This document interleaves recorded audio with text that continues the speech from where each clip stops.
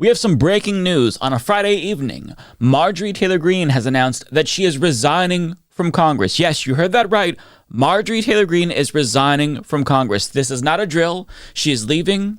January 5th will be her last day, and she put out a scathing video criticizing MAGA, the Republicans, and basically the entire political system.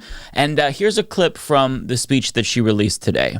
I have too much self-respect and dignity. I love my family way too much, and I do not want my sweet district to have to endure a hurtful and hateful primary against me by the president that we all fought for, only to fight and win my election while Republicans will likely lose the midterms, and in turn be expected to defend the president against impeachment after he hatefully dumped tens of millions of dollars against me and tried to destroy me. It's all so absurd and completely unserious. I refuse to be a battered wife, hoping it all goes away and gets better. If I am cast aside by the president and the MAGA political machine and replaced by neocons, big pharma, big tech, military-industrial war complex, foreign leaders, and the elite donor class that can never ever relate to real Americans, then many common Americans have been cast aside and replaced as well. There is no plan to save the world or a 4D chess game being played. When common American people realize and understand that the political industrial complex of both parties is ripping this country apart, that not one elected leader like me is able to stop Washington's machine from gradually destroying our country, and instead the reality is that they, common Americans, the people, possess the real power over Washington, then I'll be here by their side to rebuild it. Until then, I'm going back to the people that I love, to live my life to the fullest as I always have, and I look forward to a new path ahead. I'll be resigning from office with my last day being January 5th, 2026, and I look forward to seeing many of you again sometime in the future. Wow. So I have a lot of thoughts, and let me just try to collect myself before I say that. I was not prepared to make a video on a Friday evening. I just woke up from a nap, actually. So first of all, my reaction is awesome. I am glad that she is resigning. Her policies were terrible. She finally got good on the issue of Israel-Palestine. That's awesome. But on every other issue, be it immigration, trans rights, just economics generally speaking, she's not good. Now, the problem is she's probably going to be replaced by somebody who is worse. So there's that. Nonetheless, I'm not going to be sad to see her leave. Don't let the door hit you on the way out, Marjorie Taylor Greene. Now, you know, my initial instinct upon reading the headline is to think, oh, okay, so she's definitely gearing up for something else. Like she's going to take a break before she does some type of gubernatorial, senatorial, presidential run, perhaps. But I mean, at the end of the day, listening to her, it does seem like she is genuinely just pissed off and scorned because of the situation. And this kind of feels like she's rage quitting politics. I mean, nobody knows for sure, but we'll find out eventually, depending on what she does.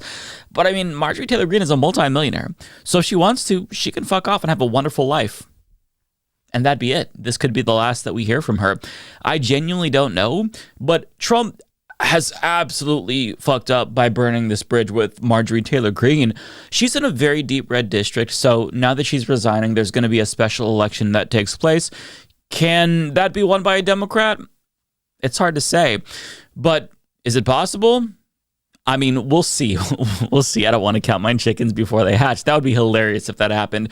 But her leaving definitely is going to hurt the Republicans because they already have a razor-thin majority in the House. So losing Marjorie Greene and somebody who months ago was one of Donald Trump's most loyal soldiers is crazy. I mean, this is somebody who, she was a real Kool-Aid drinker. I mean, just last year or the year before, she was accusing Democrats of pointing hurricane guns at red states. I mean, and now she's like, you know what? Trump was mean to me. Fuck it. I'm out. I'm out of MAGA. I'm done with politics. It's kind of crazy. It's kind of crazy if you think about it. So, you know, she is leaving. She's resigning. And this kind of feels like a political earthquake. It kind of feels like the MAGA train really is coming off the rails, and that the ship is starting to sink. I mean, again, to lose one of his most loyal foot soldiers and for her to go out in a blaze of glory is just shocking for me to see. And that's coming from somebody who I feel like I can't get shocked by American politics. Nonetheless, it's continuing to happen. And on that note, in the same day, to make us feel like we're living in an episode of The Twilight Zone, Trump actually did have his meeting with Zohran Mamdani today, and I feel like that entire thing was just befuddling. I don't even know how to process that mentally, because Donald Trump was like swooning over Mamdani. Like, it's crazy. Like, I don't even know how to describe it. He was talking about how he's going to be a great mayor and how he's wonderful. And there was a moment where, and I'll have some clips for you all, where somebody asked about Zohran calling Trump a fascist, and Trump was like, oh, you can call me a fascist. I mean, just wild shit.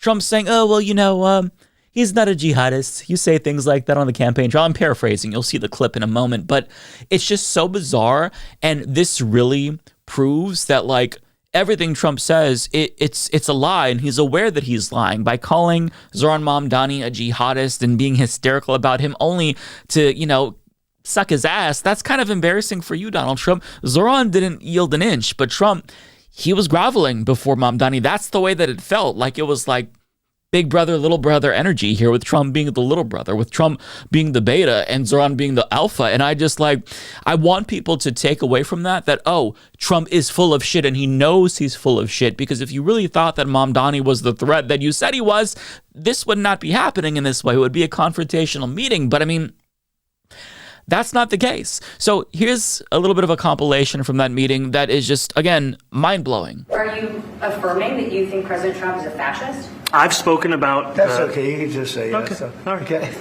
It's easier. It's easier than explaining it. I don't mind. He's different than, you know, your average candidate. Hey, he came out of nowhere. I said he has a great campaign manager standing over there. He came out of nowhere. Would you start off at 1 or 2? And then I watched. I said, who is this guy? He was at 1, then he was at 3, then he was at 5, then he was at 9.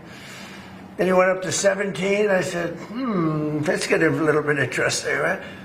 And then all of a sudden he wins a primary that nobody expected he was going to win. It's a great... Would you feel comfortable living in New York City under a Mamdani administration? Yeah, I would. I really would. Especially after the meeting. Absolutely. What makes you comfortable? We agree on a lot more than I would have thought. I think I want him to do a great job, and we'll help him do a great job. You know, he may have different views, but in many ways, you know, we were discussing when Bernie Sanders was out of the race, I picked up a lot of his votes, and people had no idea, because he was strong on not getting ripped off in trade and lots of the things that I've practiced and been very successful on, tariffs, a lot of things. Bernie Sanders and I agreed on much more than people thought. And when he was put out of the race, I think quite unfairly, if you want to know the truth, many of the Bernie Sanders voters voted for me. Republican Elise Stefanik has campaigned multiple times by calling Zohran Mamdani a jihadist. Do you think you're standing next to a jihadist right now in the Oval Office? No, I don't, but she's out there campaigning, and you know, you say things sometimes in a campaign. Isn't that sort of She's a very capable person. Isn't But that you really have to ask her about that. But I don't particularly. I think I met with a man who's a very rational person. I met with a man who really wants to see New York be great again. And I can say again, because New York was great. We were having some telltale signs of problems. We had a mayor that was not doing a great job, but still, it was moving along, and it went bad. It really went, you know, pretty bad. And he can, I think it's been at lower points, but it went pretty bad. I think he can bring it back. Now the question is, will he bring it back all the way? Will he bring it back greater than ever before, which is, I guarantee, that's his wish. I think he wants to make it greater than ever before. And if he can, we'll be out there cheering. I'll be cheering for him. Right? Like, what the fuck was that? I mean, I don't know what to say anymore. American politics keeps getting weirder and weirder, and I feel like the only thing that I can predict is that it's going to get even more weird as time goes on, because in the same day, we've got Marjorie Taylor Greene resigning.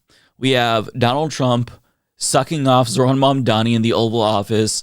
And I'm wondering, like, okay, what's next? Is like fucking JD Vance going to come out as a furry? I mean, I feel like that's not weird enough for the type of environment that we're living in, right? Like, it's got to get weirder than this. But there you have it. I mean, on a Friday night, all this shit is going down. Marjorie Greene, I'd like to say, you know, it was nice knowing you and whatnot, but it really wasn't. So have a nice life. I will be happy that you are out of Congress. And yeah, really interesting to see what happens with Zohran Mamdani in office because, you know, this little honeymoon with him and Trump, it's not going to last long. Obviously, Trump will want to do authoritarian shit. And regardless if Trump explicitly okays it or not, you know, DHS, Kristi Noem, Stephen Miller, they're going to fuck with New York City. And so the question is, does Zohran have enough pull with Trump now to kind of rein him in? We'll see. But man, what a weird day. And I just wanted to talk to you about it, not to offer any clarity or make sense of it, but just to also say what the fuck with you, because I don't know how to process what's going on. I'm sure you don't either. And I know this video doesn't help, but we can say what the fuck together, right?